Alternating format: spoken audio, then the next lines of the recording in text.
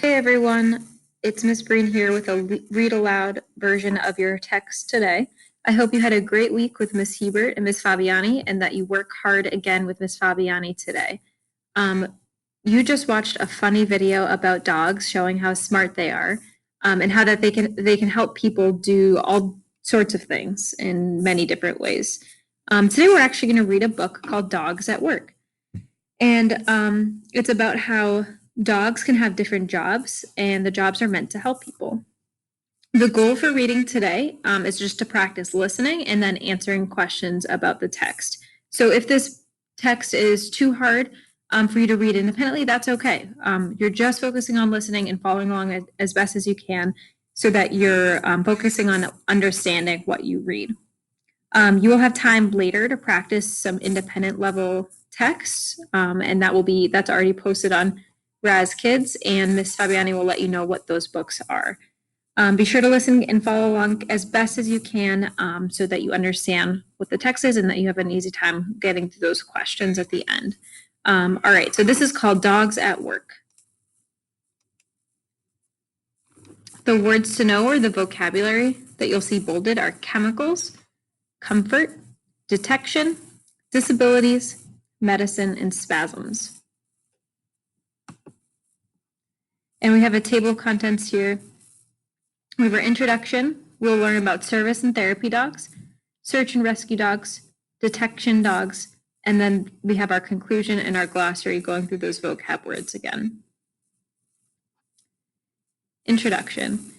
You probably know that some dogs aren't just pets. They hold jobs. What makes dogs good workers? They learn fast and they also hear and smell better than we do. This means that dogs can do jobs that people can't. Some of their jobs may surprise you. So this picture up here shows a sled dog, hunting dog, and herding dogs. Service and therapy dogs. So this is the first type of job that we're reading about today.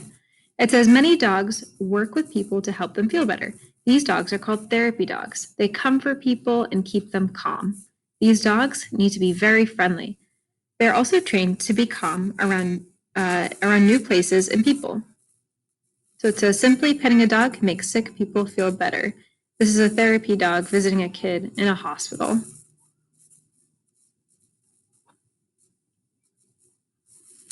Other dogs help people with disabilities. These dogs are called service dogs. Service dogs can do many different jobs. For example, guide dogs help people who cannot see well. These dogs are trained to keep people from stepping into traffic. Guide dogs also lead their owners around things. That way, their owner won't trip or fall. So this picture up here says a guide dog helps its owner get off a train in China. And then over here it says Tennille the guide dog. Guide dogs can help their owner have adventures. A guide dog named Tennille helped her owner hike. Tennille was the first guide dog trained to do this. Her owner, Trevor Thomas, is blind. Tennille helped Thomas over and around large rocks. Thomas hopes that he and Tennille can encourage other blind people to follow their example.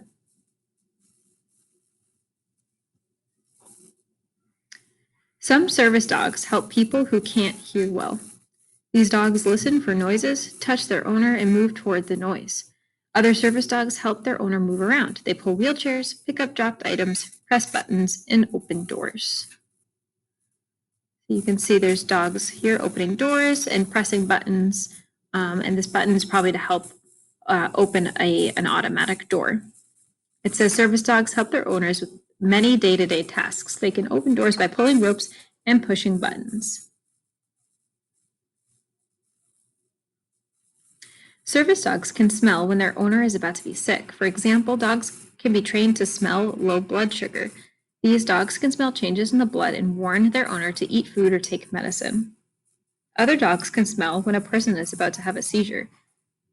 These sudden attacks cause body spasms and other problems. Service dogs can warn the person before it happens. It says when Tyler McCready has low blood sugar, his dog, Sinatra, warns him to take medicine by touching his arm.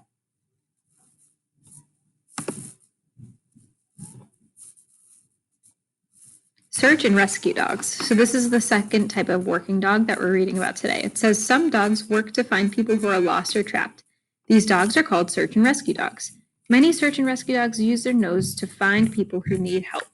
Some of these dogs do this by tracking. Tracking dogs put their nose to the ground to follow a smell, like you see here in this picture. As a search and rescue dog helps police find a lost boy.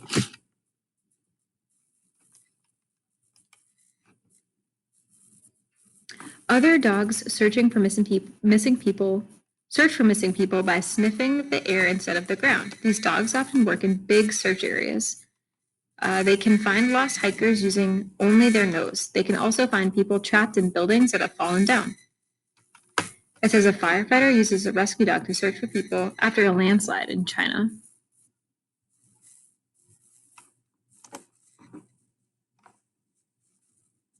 Some search and rescue dogs work in the water. Water rescue dogs can pull people to safety.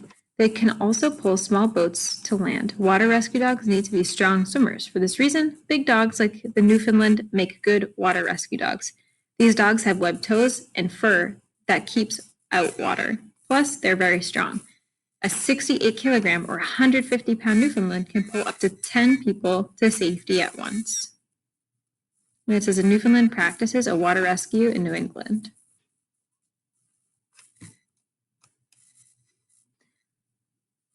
Odd jobs. Dogs are good listeners, and they can be trained to do very unusual jobs. For example, one dog worked at an airport in Michigan. His job was to chase wild birds out of the path of planes on runways. Another group of dogs had an unusual job at a baseball park near the ocean in San Francisco.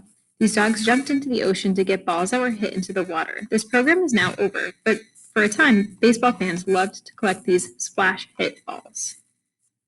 It says Piper at the airport worker.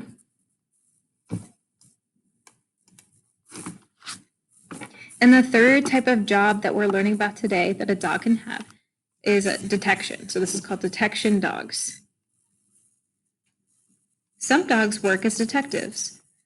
These dogs are called detection dogs. They help people find things that are hidden.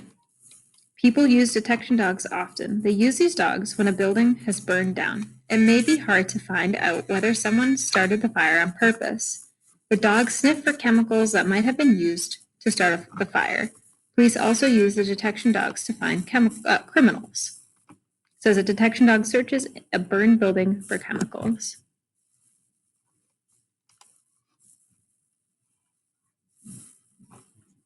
Detection dogs are also used at airports. These dogs search for items that can't be brought to another country or on a plane. They can sniff out these things in people's bags. Other detection dogs search for termites in houses and other buildings. Termites damage buildings by eating wood.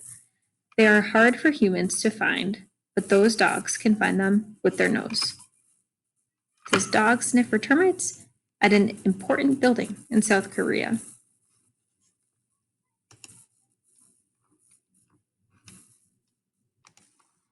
Dogs do many different jobs.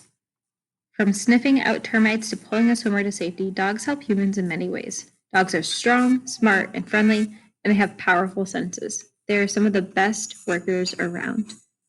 And the last few pictures we have today are with a service dog helping a woman in a wheelchair, and he looks like he's helping her grab things or carry things.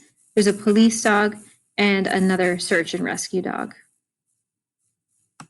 Okay, AMCATs and St. Bernards, make sure you get all of your work done today. I will be checking this over the weekend. So this is your responsibility to finish this and work hard and listen to everything that Miss Fabiani has you guys do today. I hope you have a great weekend and I will see you guys soon.